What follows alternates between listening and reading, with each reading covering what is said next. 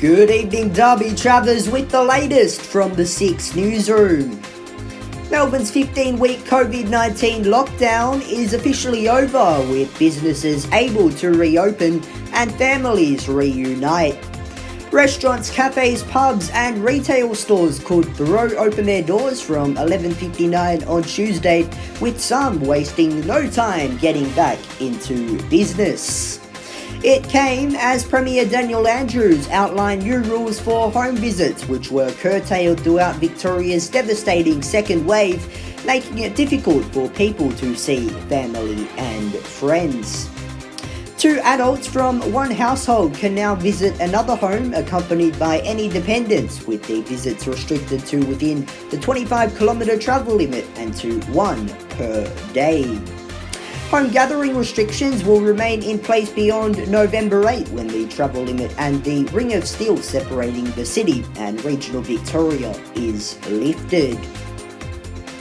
The latest polls on the Queensland election is showing it is too close to call, as Premier Anastasia Palaszczuk urges the state for a Labor majority to avoid the chaos that would be caused by Deb Frecklington. This follows a People's Forum aired on Sky News, with both leaders clashing while also taking questions from undecided voters. Meanwhile, One Nation leader Pauline Hanson has accused Ms Palaszczuk of hiding behind the pandemic, once again saying the party would not be making any deals with Labor.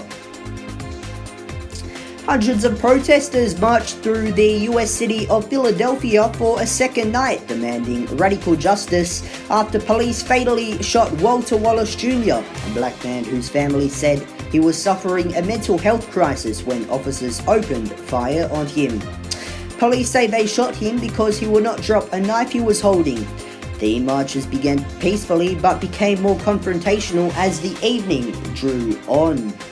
Officers in riot gear arrived in squad cars on bicycles and buses and used their bikes to shove protesters back from the barricade lines. Shops around the city closed early and set up barricades, with widespread looting reported in several areas. The National Guard as well as police reinforcements have been deployed, and around 30 officers were hurt during clashes earlier in the week.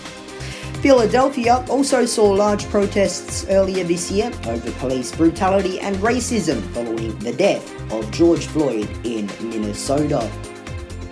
And that is the latest from the 6 Newsroom on this Thursday. Of course, you can stay up to date across all of our social media platforms. All you need to do, just search 6 News AU to find us.